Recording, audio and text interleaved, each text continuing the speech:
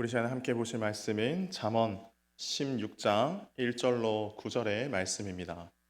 잠언 16장 1절로 9절의 말씀.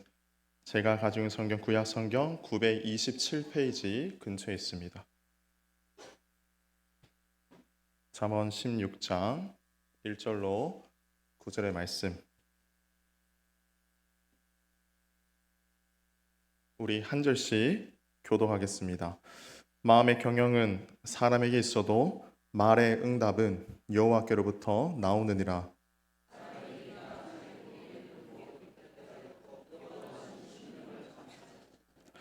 너희 행사를 여호와께 맡기라. 그리하면 네가 경영하는 것이 이루어지리라.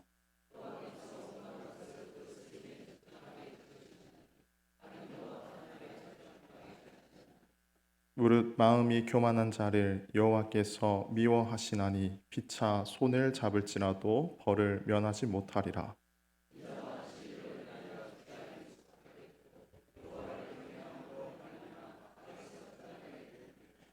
사람의 행위가 여호와를 기쁘시게 하면 그 사람의 원수라도 그와 더불어 화목하게 하시느니라.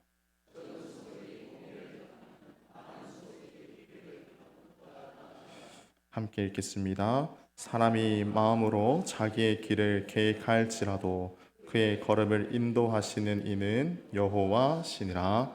아멘. 사랑하는 성도 여러분, 이 하나님 앞에서 살아가면 살아갈수록 어떠한 구절과 또 어떠한 찬양의 가사 중에서 제 마음 가운데 참 어려운 게 있어요. 그게 뭘까요? 오늘 설교 말씀에 힌트가 있습니다. 제목에 힌트가 있어요. 뭐가 어려울까요? 맡기는 거. 맞아요. 맡기는 거. 예. 여러분들도 신앙의 경주 가운데 지금 살아가시지 않습니까? 여러분들 어떻습니까? 맡기는 거. 참 이제는 좀 하나님을 아는 것 같고 이제는 그 말씀 앞에 어느 정도 내가 좀 순종하고 때로는 말씀 곁에서 좀 벗어나는 삶을 살아가지만 그래도 처음 내가 하나님을 만날 때보다 지금의 나의 삶이 좀 하나님을 잘 아는 것 같고 또 하나님의 그 은혜를 내가 참 전적으로 누리고 있는 것처럼 느껴지지만 참 그러면 그럴수록 이 신앙 가운데 어려운 게 바로 이를 맡기는 것 아닌가라는 생각이 들더라고요.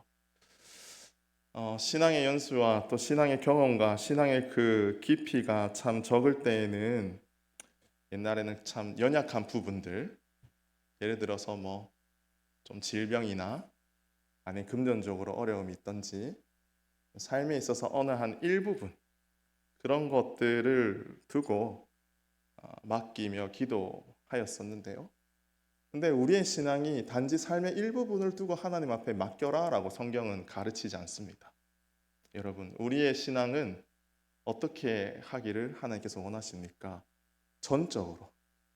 전적으로 하나님께 맡기기를 원하십니다. 아멘이십니까? 우린 그거를 알기 때문에 오늘을 살아가는 삶에 있어서 이 맡긴다라는 게 참으로 더욱더 어려운 것 같습니다. 전적으로 맡긴다는 것, 그것이 어떠한 것일까요? 오늘 잠언서의 말씀을 보게 되면 그 전적으로 맡기는 것이 어떠한 것인가에 대해서 지혜자는 우리에게 이야기해 주고 있는 것을 보게 되죠. 오늘 1절로 9절까지 말씀을 함께 읽어보았는데요. 우리가 그 중에서도 1절과 9절의 말씀이 참으로 우리가 잘 알고 또 암송하는 그런 구절 중에 하나인 것 같습니다. 우리 한번 1절과 9절의 말씀을 같이 한번 더 읽어봤으면 좋겠는데요. 함께 읽어볼까요? 시작. 마음의 경영은 사람에게 있어도 말의 응답은 여호와께로부터 나오느니라. 사람이 마음으로 자기의 길을 계획할지라도 그의 걸음을 인도하시는 이는 여호와시니라. 아멘. 우리에 있어서 우리의 전적인 하나님 앞에 맡겨드리는 것, 그것이 우리는 무엇인가? 먼저 1절로 9절에서 우리에게 이렇게 이야기하지 않습니까? 마음의 경영은 사람에게 있어도 말의 응답은 어디로부터 나온다고요? 여호와께로부터 나온다. 9절에서도 자기의 길을 계획할지라도 그의 걸음을 인도하시는 이는 누구시다고요? 여호와시다. 여기에서 우리가 먼저 전적으로 맡기는 삶이 되기 위해서 첫 번째는요, 우리가 하나님의 주권을 인정하는 겁니다. 뭐라고요? 주권을 인정하는 거예요. 하나님의 주권을 우리가 인정하는 삶이 바로 맡기는 삶에 바로 초석이 된다라는 사실을 여러분들 기억하셔야 됩니다. 여기에서 마음의 경영이라는 것은 무엇일까요? 9절에서도 그와 동일하게 이야기했습니다. 자기의 길을 계획하는 것, 계획하는 것. 삶에 있어서 우리는 날마다 우리의 삶을 계획합니다. 나의 뜻과 나의 생각대로 계획하며 살아가는 것이 바로 우리의 인간적인 삶의 모습이 되는 것입니다. 하지만 우리가 경영하고 우리가 계획하였지만 그 모든 것들을 이루시고 성취하시는 이가 바로 누구시다는 것을 우리가 절대적으로 인정해야 합니까? 여호와께서 우리의 삶을 경영하시고 우리를 이끌어 가시는 분이시다라는 사실을 우리는 날마다 인정해야 합니다. 근데 오늘 이 말씀 가운데서 사람이 자신의 뜻대로 되는 것이 아니라 오직 여호와의 뜻대로 인도하심을 따라 우리가 살아가는 것이다라는 그 한 예를 들어주는 성경의 말씀이 있어요. 여러분들이 잘 알고 있는 것처럼 민수기 21장으로부터 23장의 말씀을 보게 되면 이제 그 한 예가 잘 드러나고 있는 것을 보게 됩니다. 민수기 21장의 말씀은 이러한 내용입니다. 출애굽 공동체인 즉 이스라엘 공동체가 이제 출애굽함으로부터 약속의 땅 가나안으로 이제 진군하게 됩니다. 약속의 땅 가나안으로 진군할 때에 이 이스라엘 백성들은 늘 누가 그와 함께 하셨습니까? 여호와 하나님이 함께 하셨죠. 그들이 걸어가는 곳곳마다 하나님께서는 놀라운 기적과 이적 그리고 그들의 인생들 가운데 패배가 아닌 승리만을 주님께서 나타내 보이셨습니다. 가나안 땅으로 진군하며 나아갈 때에 이제 요단강 동쪽으로 시작하여서 서편으로 넘어갈 때에 그들의 인생 가운데에는 거침없이 하나님께서 인도하심을 통하여 그 요단 동쪽에 있는 나라들을 그들이 점령하고 또한 그 서쪽으로 이제 향하게 되는 것을 보게 됩니다. 이제 그 서쪽으로 향할 때 당시에 있었던 사건입니다. 서쪽에는 그 당시에 모압이라는 나라가 있었고 그 모압의 왕이었던 발락이 이미 동쪽으로부터 진군해 오던 이스라엘 백성 그들의 승리의 소식을 들음을 통하여서 그의 마음이 심히 두려워했다라는 것을 우리는 보게 됩니다. 민수기 22장 3절의 말씀 우리 함께 읽어봤으면 좋겠는데요. 함께 읽어봅시다. 시작. 모압이 심히 두려워하였으니 이스라엘 백성이 많음으로 말미암아 모압이 이스라엘 자손 때문에 번민하더라. 이스라엘 백성들이 많음을 통하여서 그리고 그들의 진군 가운데에서 승리의 소식을 통하여서 이 서편에 속해 있는 모압 그 왕이었던 이 발락이 심히 두려워했다라는 것입니다. 왜 두려워했습니까? 그들의 나라들마저도 저들 가운데에 이제 함락되게 되지 않을까라는 그런 두려움이 그들을 사로잡았다라는 것이죠. 그래서 그는 그 마음이 두려움이 찾아왔습니다. 그래서 그 당시에 아주 신통하다라는 예언자인 발람을 부르게 됩니다. 민수기 22장 5절로 6절의 말씀 우리 같이 한번 읽어봅시다. 시작. 그가 사신을 부올의 아들 발람의 고향인 강가 부돌에 보내어 발람을 부르게 하여 이르되 보라 한 민족이 애굽에서 나왔는데 그들이 지면에 덮여서 우리 맞은편에 거주하였고 우리보다 강하니 청하건대 와서 나를 위하여 이 백성을 저주하라 라고 얘기합니다. 뭐 하기 위해서 발람을 불렀다는 거예요? 저주하는 저주. 저주하면 그들의 나라가 보장되어지는 거 아니겠습니까? 그렇기 때문에 그 예언자였던 발람을 부르게 됩니다. 그래서 발람을 불러오게 돼요. 발람이 와서 이스라엘을 저주하기 위해서 오게 됩니다. 이제 발람이 그 이스라엘을 향하여 저주하기 위해 이제 섰고 그리고 이제 그의 본분은 무엇입니까? 그들을 향하여서 이제 저주해야 되는 것 아니겠습니까? 근데 여기에서 아주 신비롭고 재미난 장면이 등장하게 됩니다. 우리 23장 10절의 말씀입니다. 우리 같이 한번 읽어볼까요? 23장 10절의 말씀입니다. 시작. 야곱의 티끌은 누가 능히 세며 이스라엘 4분의 1을 누가 능히 셀고 나는 의인의 죽음을 죽기 원하며 나의 종말이 그와 같기를 바라노라 하매라고 얘기합니다. 지금 여기서 무엇을 얘기하는가? 저주를 퍼부어야 되는 이 발람의 입에서 무엇이 나타나는 것입니까? 그들을 향한 축복이 나타나는 것입니다. 이것은 자신의 어떠한 생각과 자신의 뜻에 의해서 나타내는 것이 아니라 누가 역사하신 것이죠? 하나님이 역사하신 거예요. 하나님의 역사하신. 네. 나의 생각은 이렇게 행하는 것처럼 느껴지고 이렇게 해야 하지만 실제적으로 그 경영과 계획을 이루시는 분은 누구시라는 겁니까? 여호와 하나님이시다라는 사실을 우리는 이 단편적인 사건을 통해서 우리는 보게 됩니다. 그래서 그렇게 저주하기 위해서 섰었는데 이 발람의 입에서 아주 발락이 듣기에는 너무나도 기분 좋지 않잖아요. 기분 좋지 않은 그러한 축복이 나오니 야, 이 땅, 이 터가 안 좋아서 네 입에서 저주가 아닌 축복이 나오는갑다. 그럼 우리 다른 곳으로 옮겨서 다시 한 번 더 저들에게 저주해 보자 라고 그렇게 했는데 결과적으로 어떻게 됩니까? 다른 곳으로 옮겨도 똑같이 그 입에서는 저주가 아닌 축복의 말이 흘러나오더라라는 것입니다. 이러한 사건들 가운데서 이러한 상황들 가운데서 발람이 한 말 중에 아주 유명한 말이 있어요. 민수기 23장 8절입니다. 우리 한번 같이 읽어볼까요? 민수기 23장 8절 함께 읽겠습니다. 시작. 하나님이 저주하지 않으신 자를 내가 어찌 저주하며 여호와께서 꾸짖지 않으신 자를 내가 어찌 꾸짖으랴. 아멘. 이 말은 발람의 속 마음일까요? 하나님이 역사하신 것일까요? 하나님 역사하신 줄 믿습니다. 이렇게 인간의 삶, 인간의 모든 것들을 감찰하시고 경영하시는 분은 바로 누구시라는 겁니까? 하나님이시라는 거예요. 하나님. 그 주권을 인정할 수 있는 저와 여러분들의 삶이 될 수 있기를 간절히 바랍니다. 이 하나님의 주권을 인정할 때에 이 1절, 오늘 말씀의 1절 하반절에 이 말의 응답은 어디로부터 나온다고 얘기하고 있으니까 여호와께로부터 나오는 것이다 라고 그렇게 이야기하고 있습니다.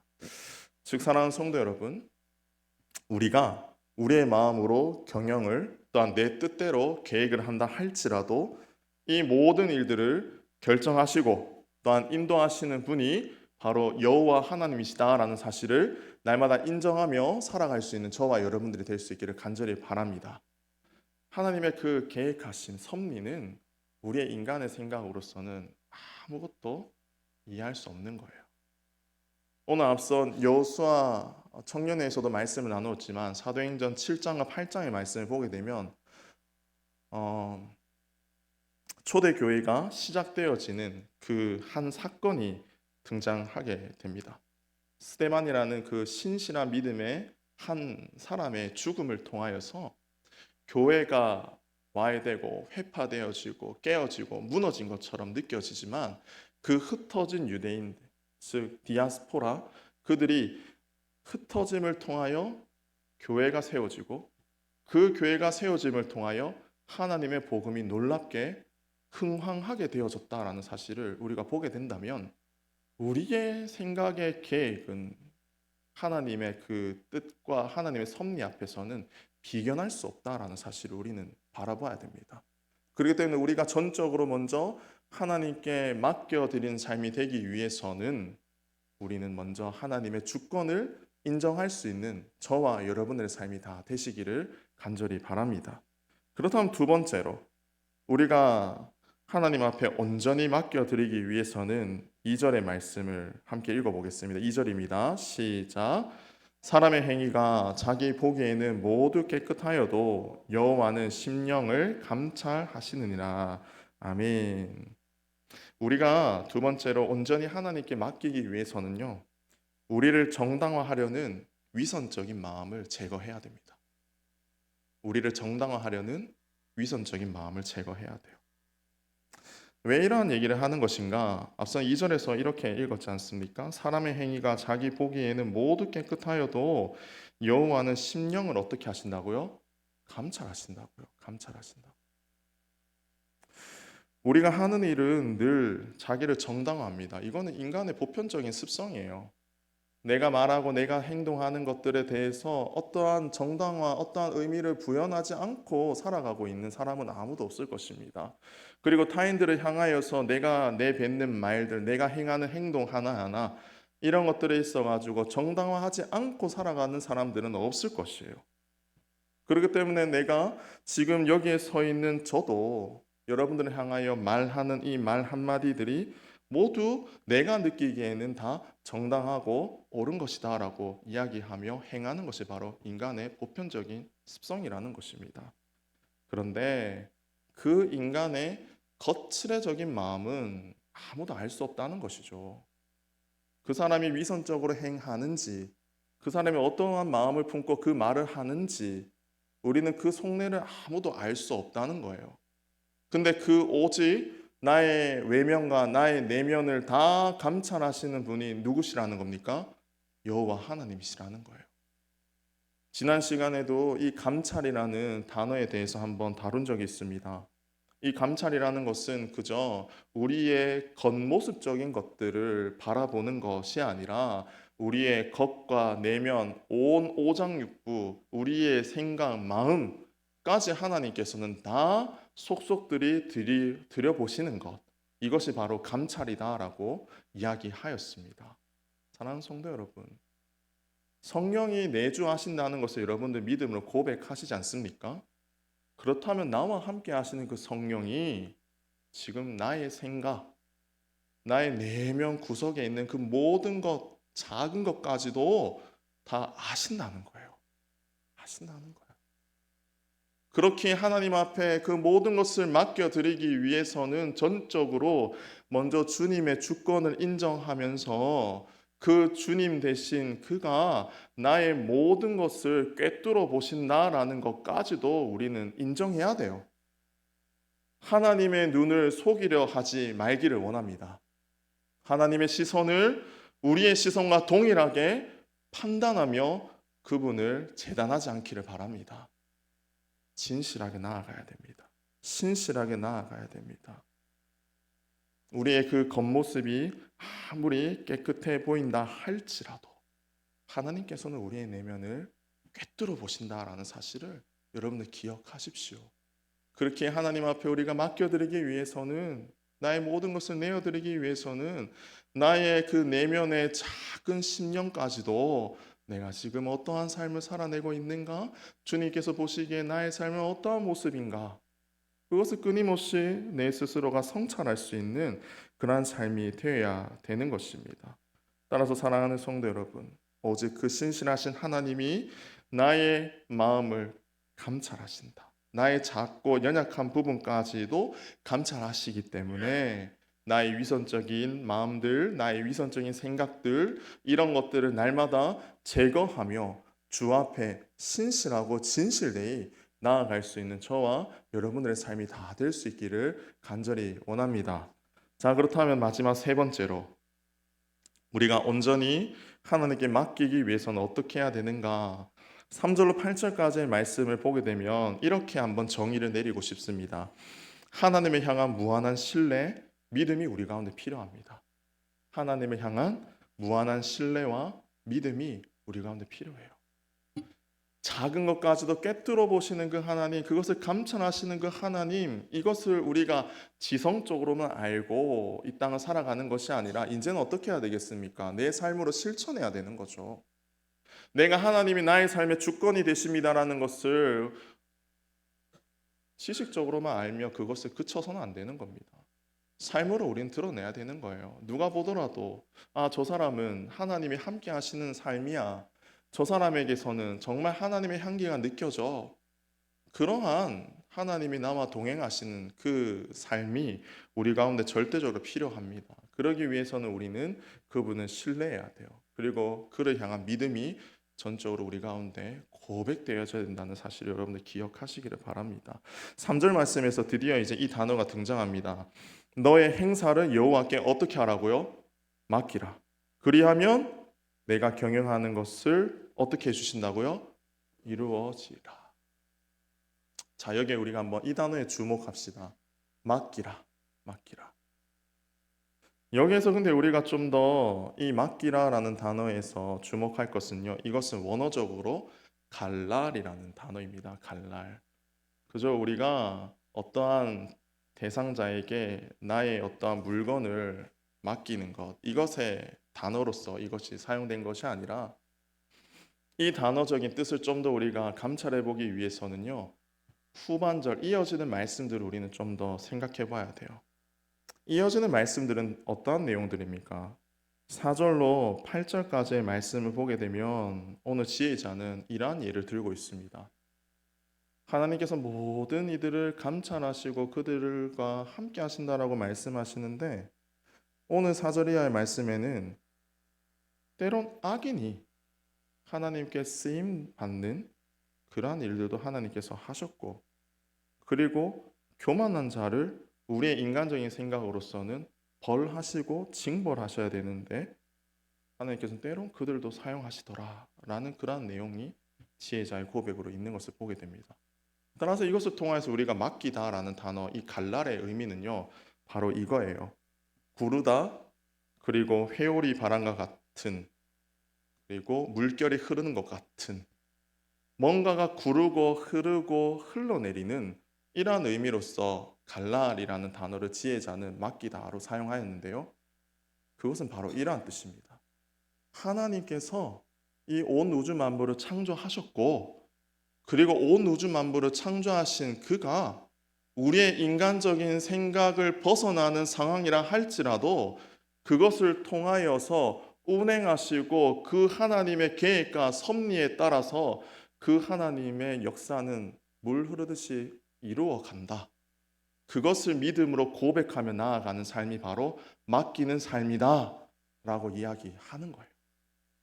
성도 여러분, 이것을 전적으로 우리 가운데 아멘으로 받아들이실 수 있기를 간절히 원합니다. 하나님의 섭리에 따라 우리는 살아가는 거예요. 하나님의 주권을 내가 인정한다고요? 근데 때로는 예기치 못한 시험과 예기치 못한 상황 가운데에서 그 하나님의 섭리를 생각하지 않은 채 나의 생각과 나의 말을 가감없이 주님께 뱉은 적이 있지 않습니까? 하나님의 뜻을 내가 의심한 적이 있지 않습니까? 그렇다면 그러한 삶은 하나님의 섭리를 인정하지 않기 때문에 절대적으로 맡길 수 없는 삶이 되는 거예요. 성도 여러분, 또한 맡기다라는 이 단어의 다른 의미로서는 또 커미트라는 단어를 또 사용합니다. 이 커미트는요, 이 단어의 전적인 의미는 바로 신뢰라는 의미가 수반되어져 있어요. 신뢰. 여러분, 하나님의 섭리를 우리가 인정하고 하나님을 어떻게 해야 될까요? 신뢰하는 거예요.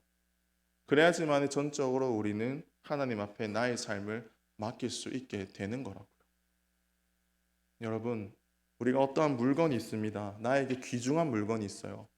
그거를 내가 다른 타인에게 맡기려고 할 때 내가 전적으로 믿고 신뢰하는 사람에게 나의 귀한 물건을 맡기지, 신뢰하지도 않고 믿지 않는 사람에게 나의 귀한 물건을 어디 맡길 수 있겠습니까? 자, 그렇다면 여러분들, 지금 여러분들의 귀한 삶을 누구에게 맡기고 계십니까? 하나님께 맡기고 계십니까? 아니면 세상에 맡기고 있습니까? 세상에 맡긴다면 우리는 아직 하나님을 전적으로 신뢰하지 못하는 겁니다. 우리의 삶을 한번 돌아볼 수 있는 저와 여러분들의 삶이 될 수 있기를 간절히 원합니다. 따라서 사랑하는 성도 여러분, 우리의 인생을 살아갈 때에요, 때론 오늘 지혜자가 얘기하는 것처럼 악인이 득세하고 높아지려고 하는 것처럼 보이고 하나님의 그 무한한 계획을 우리는 알 수 없는 때를 살아갈 때가 참 많이 있습니다. 성도 여러분, 그럴 때마다 우리가 더욱더 붙잡아야 되는 것은 무엇일까요? 앞서서 얘기했던 것처럼 그 하나님의 계획하심과 하나님의 섭리, 그것을 내가 믿고 나의 삶을 맡기는 것. 하나님의 계획과 하나님의 섭리와 하나님의 그 운행에는 아무런 오류가 없다라는 사실을 여러분들 기억하시기를 간절히 바랍니다. 하나님의 시간대는 하나님의 계획에 의해서 완성되어지는 거예요.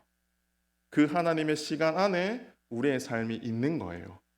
그렇게 하나님이 우리를 부르셨고 그 시간 안에 하나님께서 우리를 사용하신다 하셨사오니 하나님의 그 뜻과 계획에는 우리는 어떠한 의심 없이 그분을 향하여 절대적으로 순종하고 신뢰할 수 있는 그런 믿음, 이것이 우리에게 수반되어질 때 우리는 하나님 앞에 전적으로 맡겨드려지는 삶이 될 줄 믿습니다. 아멘. 시편 55편 22절의 말씀 우리 함께 읽어봤으면 좋겠습니다. 함께 읽어봅시다. 시편 55편 22절의 말씀입니다. 제가 한번 읽어드리겠습니다. 내 짐을 여호와께 맡기라. 그가 너를 붙드시고 의인의 요동함을 영원히 허락하지 아니하시리로다. 아멘. 내 짐을 여호와께 맡기라. 그가 너를 붙드시고 의인의 요동함을 영원히 허락하지 아니하시리라. 이 55편의 시는 다윗의 시예요. 다윗이 그 악인들에 의하여서 그 광야 같은 곳에 늘 쫓겨다닐 때에 그가 불렀던 찬송시 중에 한 구절이에요. 다윗은 날마다 자신의 인생을 누구에게 맡겼습니까? 하나님께 맡겼습니다. 그리고 그를 의지하였습니다. 그에게는 어떠한 믿음이 있었기 때문에 이러한 일들이 가능했습니까? 하나님의 섭리, 하나님의 일하심, 그것을 전적으로 믿었기 때문에, 그것을 신뢰했기 때문에 이러한 고백을 하나님께 올려드릴 수가 있는 것입니다. 사랑하는 성도 여러분, 말씀을 정리하겠습니다. 우리의 마음의 경영은 우리 스스로 행하는 것 같아 보입니다. 하지만 이 모든 것을 결정하시고 운행하시는 이는 바로 여호와 하나님이시다라는 사실을 날마다 기억하시기를 바랍니다. 그리고 나의 마음 가운데에 위선적이고 타인을 향한 어떠한 시선에 이끌려져서 주님 앞에 내가 올바로 살아가지 못하는 것들이 있다면 그것을 과감히 제거할 수 있는 그러한 믿음의 결단 또한 우리 가운데 필요한 줄 믿습니다. 하나님 우리의 마음을 감찰하시는 분이십니다. 그것을 날마다 기억하시기를 간절히 바랍니다. 그래야 할 때 우리는 주님 앞에 전적으로 맡기게 됩니다. 그 맡기다는 것은 하나님의 그 물 흐르듯 흐르는 그 섭리를 인정하는 것입니다. 여러분, 하나님의 시간대에 우리는 살아가고 있습니다. 우리의 인생도 하나님께서 부르셨사오니 하나님이 우리의 인생을 책임지실 줄 믿습니다. 그 믿음을 가지고 끝까지 주 하나님만을 바라보며 신뢰하며 살아갈 수 있는 저와 여러분들의 삶이 다 될 수 있기를 간절히 원합니다. 오늘 이 시간에는요, 제가 이 찬양을 함께 좀 부르고 한번 짧게 기도한 후에 말씀을 마치려고 해요.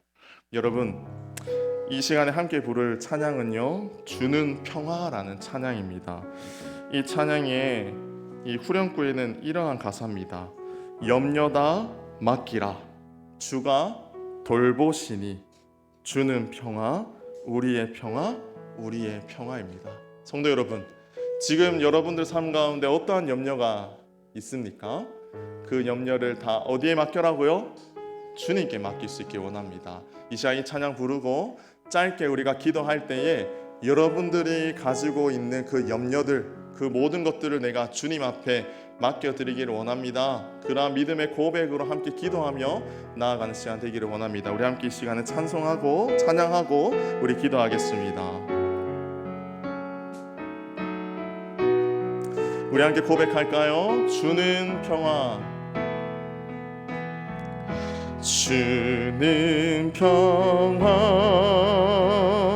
막힌 담을 모두 허셨네. 주는 평화, 우리의 평화, 주는 평화, 주는 평화,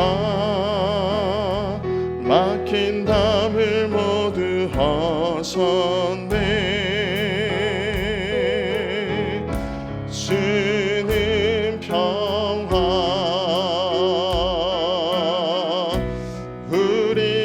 우리 다시 한 번 더 고백합시다. 주는 평화, 주는 평화, 우리의 모든 삶의 슬고를 맡기시고 또 우리의 삶에 우리의 마음에 평안을 주시는 분이 바로 여호와 하나님인 줄 믿습니다. 우리 그런 믿음을 가지고 우리 더욱더 주님의 그 이름을 찬송하며 나아가기 원합니다.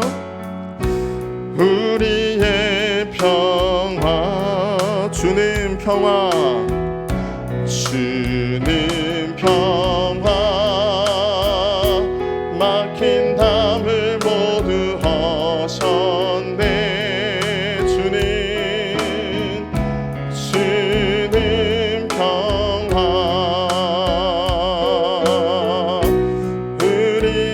우리 함께 고백합시다. 염려 다 맡기라. 염려 다 맡기라. 주가 돌보시니 주는 평화 우리의 평화 염려 다 맡기라. 주가 돌보시니 주는 평화. 우리 마지막으로 한 번 더 고백합시다. 염려 다 맡기라. 염려 다 맡기라. 주가 돌보시니 주는 평화 우리의 평화 염려 다 맡기라. 주가 돌보시니 주는 평화 우리의 우리 그런 마음으로 다시 한번 주 이름 찾으며 우리 기도하겠습니다.